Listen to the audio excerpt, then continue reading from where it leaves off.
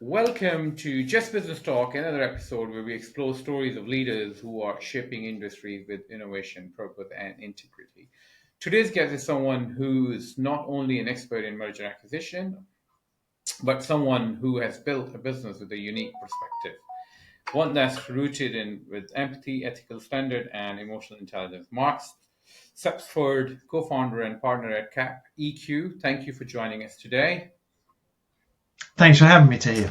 Yeah, you're welcome. Mark, you transitioned from the Royal Air Force to the M&A world. That's an incredible shift. What was the most challenging aspect of this transition, and how did your military leadership experience give you a unique edge in the business?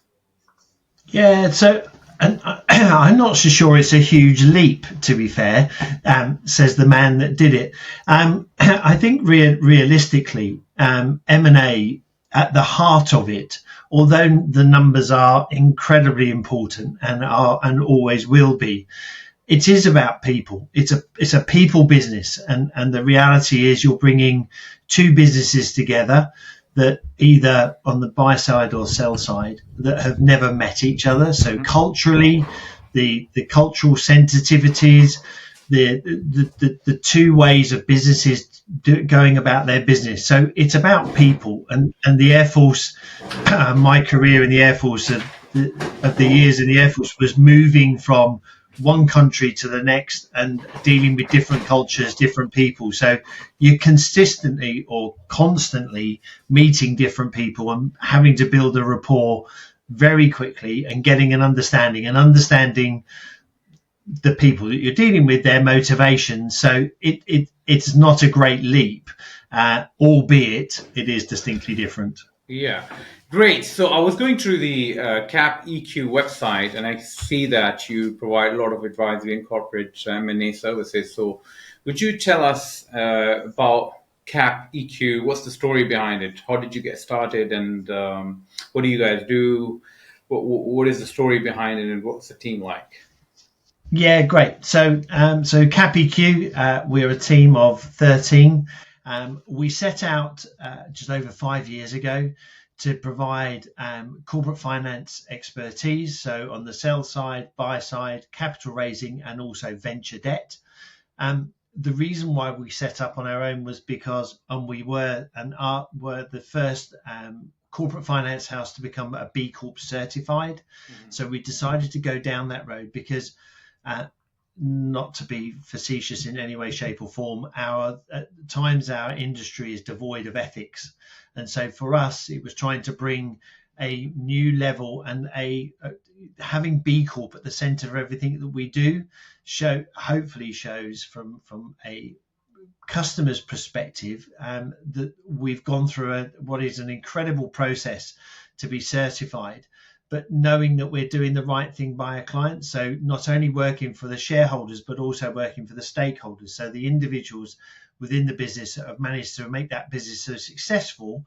And then for us, our responsibility is to find that right fit and ethos for that business, wherever it be in the world, to make sure that business goes on and grows. For us, this isn't about asset stripping. This is about finding that right fit for the business to go on and grow. So that's what we do. Great. Are you any industry specific, or what is your deal value sweet spot? Yeah, sector agnostic, although I would say probably in the last 3, 4 years, predominantly within the software space is where we've predominantly sat. Done a lot of medical device work and some manufacturing pieces of work over the years, but I would say sector agnostic to a point. Value around the 5 to 150 million of revenue with a minimum of about 1 to 2 million of EBITDA is where we're at. But predominantly, if you look at where our portfolio sits, we sit at around the 20 million and above is what we work on at Right. this stage. But that's not just UK, that's Europe eccentric. So we go right across the Europe. Right. So I was reading on your website, CAP EQ is built on values like empathy and integrity. So, uh, which are rare in M&A world because some companies and individuals they're more focused on getting the deal done. Can you share a specific story where your values were tested in a deal and how sticking to them paid off in the long run? Yeah, I think. look, at the end of the day, as a shareholder of a business, you want to try and maximize your return, Yeah.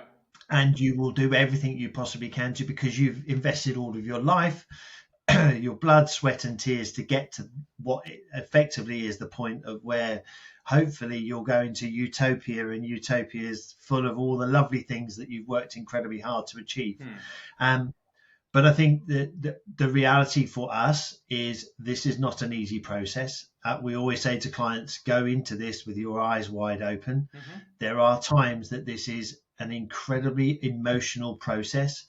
It is effectively a roller coaster ride that they will go on, mixed emotions, and going through that process. So if you are not empathetic, if you are not engaged with your client, if you are not taking the blows as they're going through this process with them, and you're not stood by the side of them, then this process doesn't work. And as an advisor, whether you're an investment banker, a corporate financier, if you are not engaged with your client and you do not understand what the client has been through and have sold a business before, you can't have that level of empathy, you can't have that understanding, and you need to have that, because at times, and in most senses, most of the time, there's no logic to this. It's not about the numbers or that.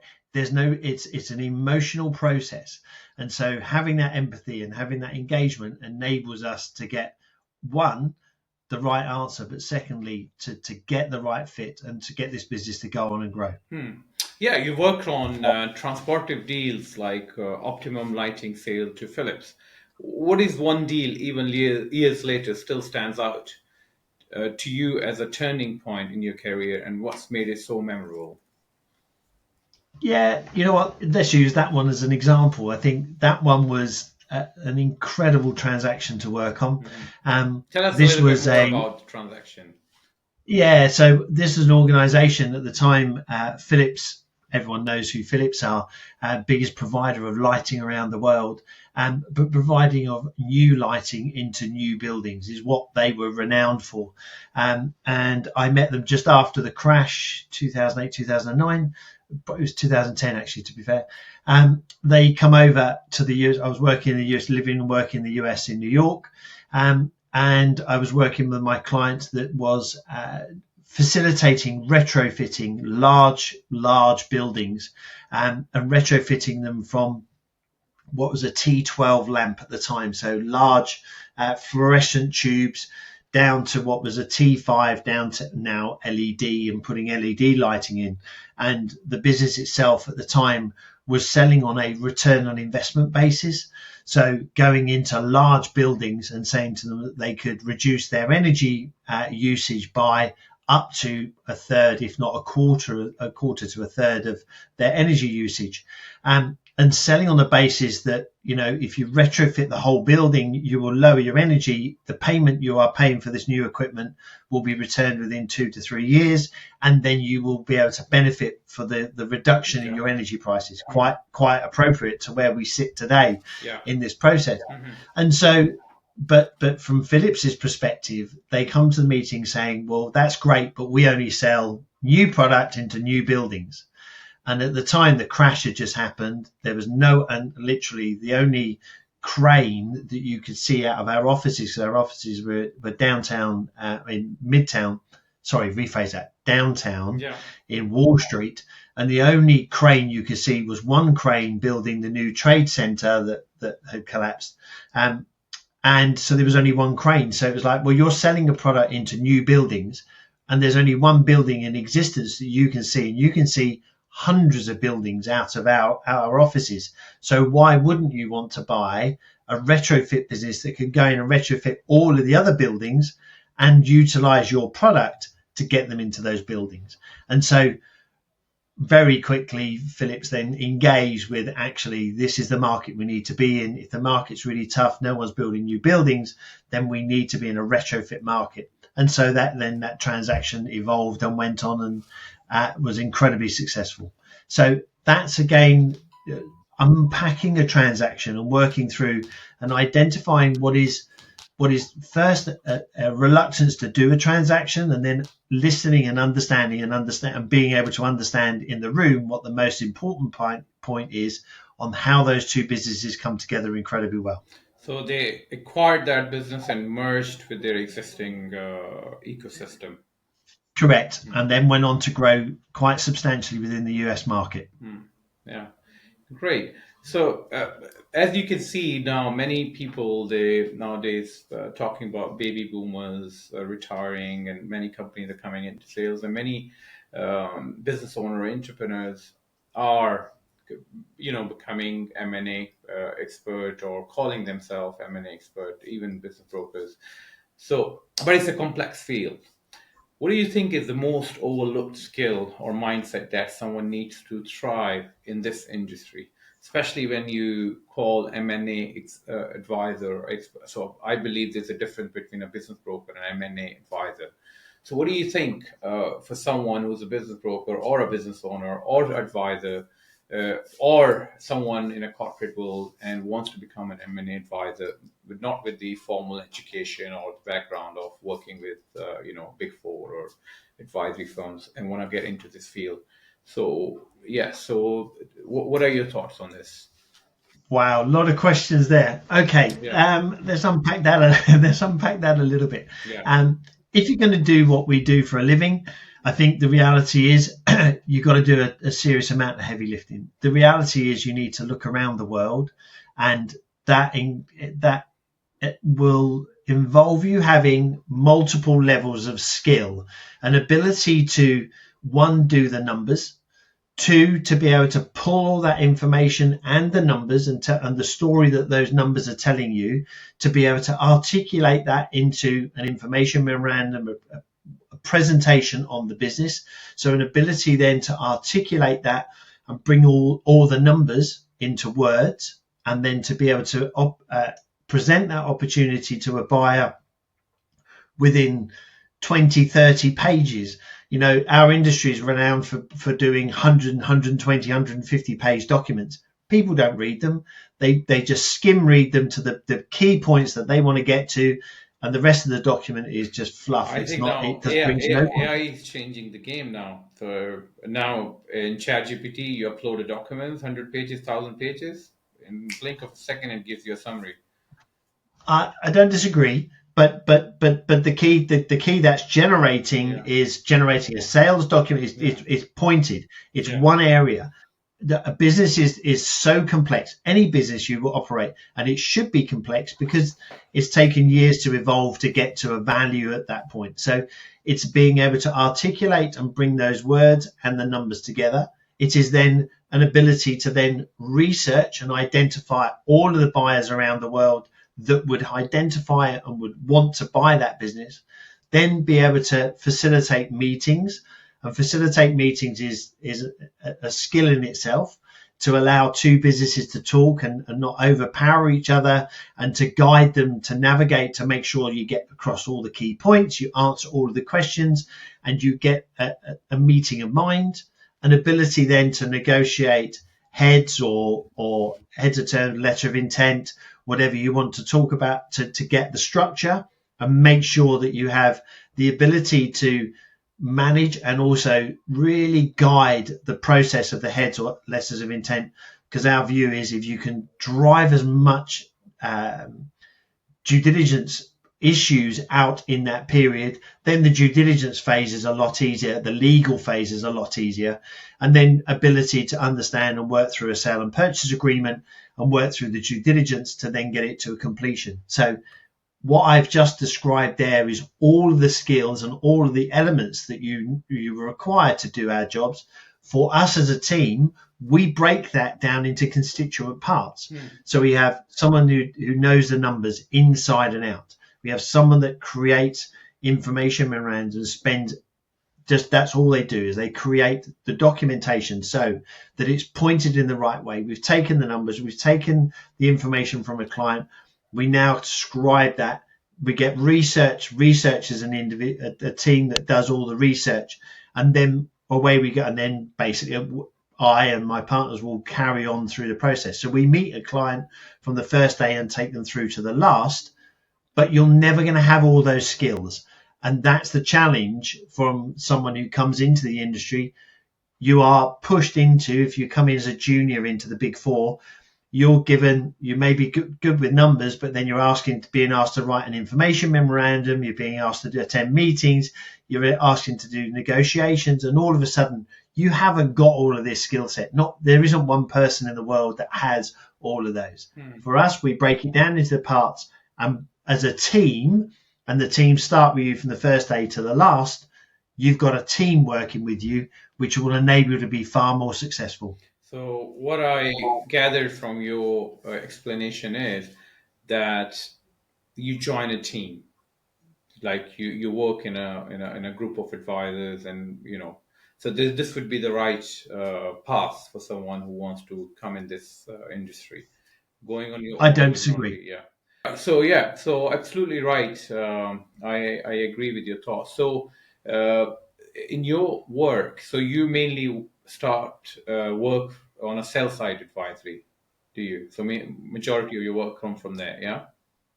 Yeah, I would say probably if you look at our portfolio work today, we're probably about 80% sell side, about 10% on the buy side, and the other 10% is capital raising and venture debt. Okay, so what would you advise to the someone who wants to exit in 6 months or 1 year? What are your like golden nuggets? Like, in short, if someone looking to sell their business, exit the business in next 6 months, 1 year, 2 years, or even immediately, so what would you advise them to do? One, two, three, like a Well, I checklist. would, yeah, firstly, I'd love to say that this process is a 5 minute process. Mm-hmm. Unfortunately, it's not.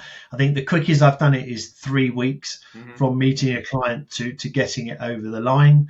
But that is not advisable. That is absolutely not advisable. If you are going to do this process, then at least a year out before you even start intimating this is to start looking at your business as a buyer. And that would mean, for argument's sake, if you've got a lot of inventory, if you're an inventory heavy business, and I use that as an example, you need to walk around your warehouse, walk around and just walk through it and go, what has not moved in the last 6 months? And what's in fact more than that, what's not moved for the last 2 years? Walk around that warehouse and look at where your cash sits at the moment. If it's tied up in inventory that is not moved and is not going to move, then turn it into cash. Do not allow a purchaser to walk into your warehouse and do exactly the same thing, because you will not get the value for that stock if it's slow moving. So look at your stock with a clean pair and not with a very emotional heart, because there's a lot of emotion when you've bought product and you've not sold it and what have you. But you need to look at it as clean cut. Walk around the warehouse, identify what's slow moving, get rid of it, clean it down, and get it really clean and tidy. So that's an example if you've got inventory. If you've got staff, or you're an employment a software business, start thinking about your contracts. What do those contracts look like? Have they got a annual returning, sorry, what's the word I'm looking for? Your recurring revenue stream is built in. So basically, when your contracts come to an end, they're continuously revolving. Making sure that that's all in place, making sure all of your contracts are in place, make sure all of them are where they need to be. Look at your attrition rate, so your net dollar retention rate. Start looking at that, looking at how many of your customers started with you, for argument's sake, on January the 1st, how many are with you in the following year, how many did you lose, how many did you bring back. Start looking at all of those metrics in your business, so that when a buyer comes along, you're able to give them all the information really quickly. The quicker you can do that and the easier you can do that, that's where value lies. And in actual fact, a buyer will look at your business far more favorably over and above other businesses that they may be looking at the time. So So can this tidying it up. so can this process be done parallel while a client is engaged with you and you're prospecting a buyer, or this has to be done before you even start? So what's your onboarding process? So with the client. So assuming someone contacted you, okay, hey, I want to sell my business. So you do the evaluation. So what do you advise to the client? Okay, so we will start looking for a prospective buyer, but these are 1, 2, 3, 4 steps. You take that steps at the Yeah, same time. really good question. I think, and it's going to come back multiple answers. If a client comes to us and we do our assessment, and probably in the first 4 to 5 weeks, we'll pull all the drains up and do effectively due diligence on a client to make sure what we're being told is accurate, because we're going to represent that business into the market. So we want to make sure that everything is there and what's been said. Now, during that process, we may identify, and we do, areas that we go, actually, there is no point in carrying on with going to a sale process whilst these issues are there, because these will go straight to value. The example I used about inventory. So a business we worked with about 18 months ago, we were getting it ready to go to market. We then identified that there was a serious amount of inventory that had not moved for what was effectively 3 years, 4 years. Mm-hmm. There was no value in that to a buyer. So we went through, we cleaned it, and it took us nearly 5.5 months to get rid of all of that asset, get it all back, turned it into cash, and then turned it into faster moving items within the inventory stock, which actually increased revenue and also increased profitability like exponentially, which then enabled us to point to a higher valuation within the EBITDA, and which then got that business away. So in all seriousness, in the first 4 to 6 weeks, we will identify issues very early on, which we will highlight, and then decide whether it's worth carrying on, or we stop with the process and then work through those areas to get it ready, or much prefer to reach out, speak to a client very early on, and they're saying, okay, we're thinking about doing this in the next year or 18 months. Well, then great, we'll do a transactional landscape. Let's understand what's going on in the market, and also looking at your business and going, what are the things you need to tidy up before you go to market? Great. So what do you see overall M&A industry? Do you see that there are more deals coming in, more activity this year in 2025? What's your outlook on the market overall? You know what? I think 24 was a challenging market. I think where interest rates are across the world, they haven't come down as much as they wanted to. So I think businesses are playing their cards a little bit closer to their chest. I think multiples have slightly come off from where they were, especially in the software space. But on the same score, M&A is anti-cyclical. It goes against the market. M&A is always done because businesses, if they're listed, they need to carry on growing. They need to grow by M&A. So M&A is always going to be there. Within the mid-market space, it's always going to be there. And I think that's the really big deals have been really challenged, and the really small ones have been challenged, but the mid-market will just carry on. So I think it's not as racy as it was, but it's a good steady market is where I think as we go into 25. And look, President Trump has taken the desk 2 days ago. Who knows what that will be? That will often bring a lot of challenges. Yeah, it could be opportunities as well. Yeah, absolutely. People are, divided in their opinion what's going to happen. Some people are very optimistic. The others are, very. Anyway, how about low mid market? That's where the business owners are retiring. What do you see in that area? What's going to happen? Yeah, look, I think we've all been talking for many years about the baby boomer situation, and to be fair, if you are, and I'm getting close to that age group, I think if you are a business owner, you've had a really tough time. If we go back in the last 6, 7, 8 years, you would have looked at COVID and the recessions and all the things we've had as a business owner has been hugely challenging. So I think, that market is there. You just need it's a little bit harder, but you need to look and find, as I'll keep banging the same drum. You need to look as far as possible for your buyer. Do not sell to the first person that knocks on your door and says, hey, I'd like to buy your business. Because ultimately, and I always use this expression, familiarity breeds contempt. In other words, if someone puts their arm around you and makes you feel loved and says they want to buy your business, they're not the only one. There are multiple buyers for your business. You need to put the effort in to look around and find someone that will help you do that. So, yes, I think that market will carry on, but we do see it time and time again with those types of businesses that they just sell to the first person who comes along. And in reality, they're probably not the right buyer for them. Yeah. I was doing some research last year, and about the baby boomer situation, and I was researching on the business brokerage thing, because I'm building a platform for business brokers, matchmaking AI enabled platform. So I was just searching how big the market is, how many business brokers are around. So I figured out 20,000 plus, 18,000 plus business brokers in US, and 85% of them are above 58 average age.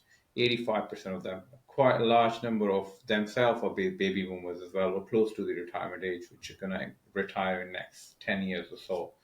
So, which says that, yes, there's a lot of baby boomers are retiring, but on the other side, there are not enough buyers in that businesses, to take over or buy those businesses. There's not enough capital available for them to buy businesses. For example, in US, you have SBA, which again is a secured funding, guaranteed by personal guarantees and all that.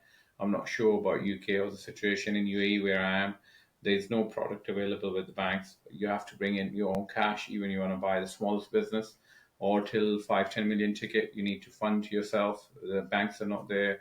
The private equity won't fund you, the family offices. So, I mean, there's another issue, baby boomers are retiring, but I think in that finding money is also an issue for the buyers. Yeah, I agree, but also there's also the bigger challenge that often baby or owner managed businesses have either chosen to be that way because entrepreneurs are often the hardest people in the world to employ, and that's the reason why they've started their own business, because they just know better, and often they do in some instances. Mm-hmm. But building a management team underneath them will enable them to find the home for their business. Often we see owner managed businesses that are whatever age, they just don't build a management team under them, don't build that second tier. And if you build that second tier in there, then the likelihood is you are going to find a buyer, because you've made it easier for a buyer to integrate that business into theirs, because they know there's a management team. They can incentivize that management team to carry on building the business. So all of a sudden you're making it easier for someone, and that's all you're trying to do. You're trying to put this, wrap the present up, put an incredible bow on the top, and someone goes, you know what, I need to buy that business. So you will find the right home. You just need to put a bit of effort in. Yeah, that's right. Yeah. So so you've been a rugby player, yeah? Yeah. Yeah. So you've learned the value of teamwork and resilience. So how do the trails translate into building strong, high-performing team at CAP EQ? Does it help being a sports person? Yeah, I think so, but I think it's more about valuing people, valuing them as what they bring as a team, and also enabling the team to be involved far more in everything that we do. So a client gets interaction with the whole team, not just one individual that's seen as the superstar that is the day where the champagne comes out. Yeah. It is a team effort. And I think that's essential to what we do as part of our day job, but also a part of that of everyone feeling validated in what they're doing and how their piece of what they do enables the business to be successful, and also enabling our clients' business to become successful and find that right home and the utopia that I spoke about. Yeah. And so everyone being absolutely, with their heart on their sleeve, involved in the business and with the client from day one to the end, just enables you to become a cohesive team. No one wants to drop the baton. Everyone's doing the right thing and trying to get the business where it needs to be. So I think that plays, and that's a fundamental part of who we are as an organization and how successful we have been as a team. Yeah. So you lived in New York and you traveled extensively. So how's your cross-border M&A strategy is at CapiQ? So do you guys work on cross-border transactions as well? Yeah, I would say if again, if you look at the portfolio, probably about 80% of our transactions at the moment are cross-border. Hmm. It goes to this point of turning over as many stones as possible on behalf of our clients. Hmm.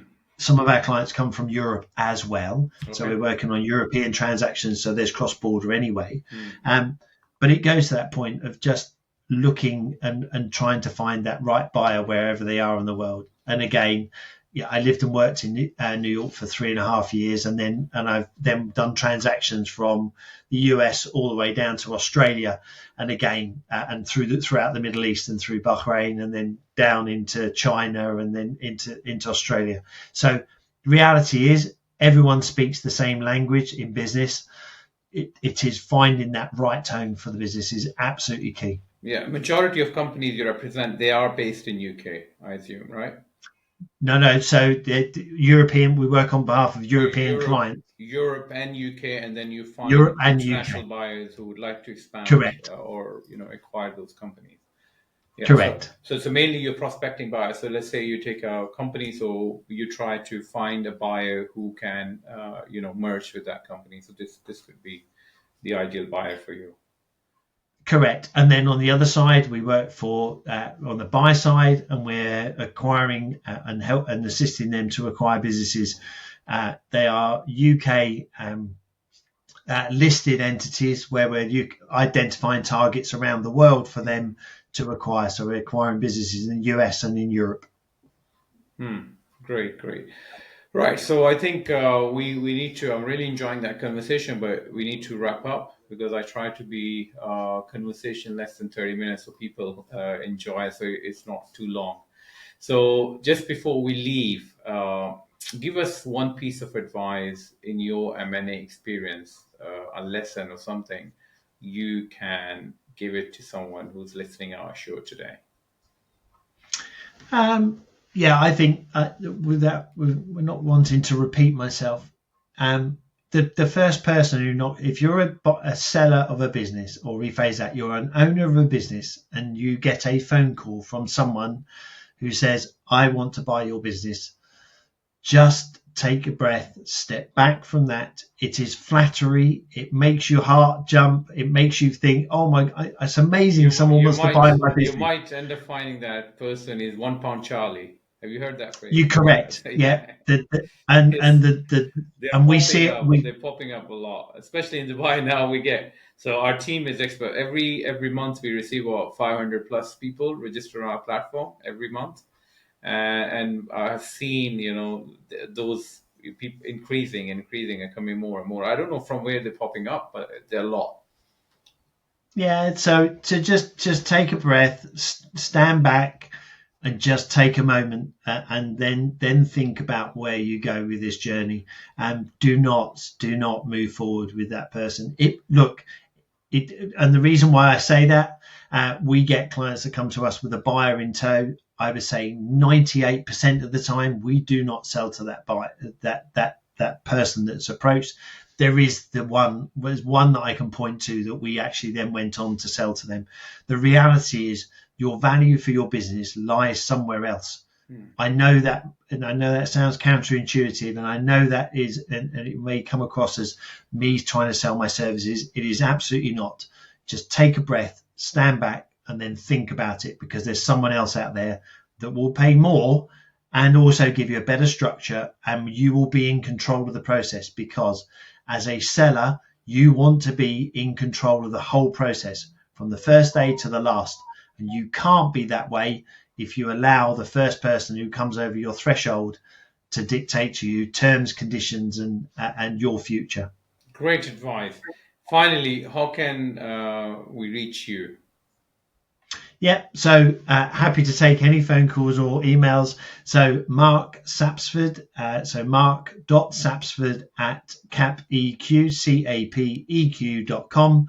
Please feel free to drop me an email. Happy to, and happy to take a call. Or if you want to give me a call on my mobile, which is 0044 7717 171685. That's 0044 7717 171685. Please feel free to reach out and happily give you any advice. And as a B Corp, we give advice for free. We don't charge it for everything we do. Thank you, Mark. It's absolutely a pleasure talking to you today. All right, thank you for listening to our show today. Signing off for this week. See you next week. Right, Mark. I'm just gonna leave the studio. Okay. Right. Okay. Thank you, Mark. So now we can speak off the record. Thank you so much for your time You're today. very How welcome. about so I'm in Dubai, and if you have anything, you need to say anything in Dubai, UAE, feel free to give me a shout. Tahir, I absolutely will. I I absolutely will will. write you an email as well with my contact detail and everything. And if I hear anything, so where can I see your companies which you're representing? Are they on your So website? Tahir, what I will do is I will put you on our research list, and so you'll see stuff come out from there. Yeah, so put me that. So I'll keep an eye. So if someone comes in, they want to expand in Europe or UK, they find any target, uh, I'll Great, happily refer. And if you vice versa, and if vice you versa, Tahir. yeah, vice versa, if you hear someone who wants to acquire a business in Dubai, do a company formation or anything, so I'm always here. That'll be great. Thank you, All Mark. right, Tahir, really Thanks. nice to meet you. Yeah, same here. Thanks a lot. Thanks, See man. you. Take care. See Bye you. Bye bye. bye.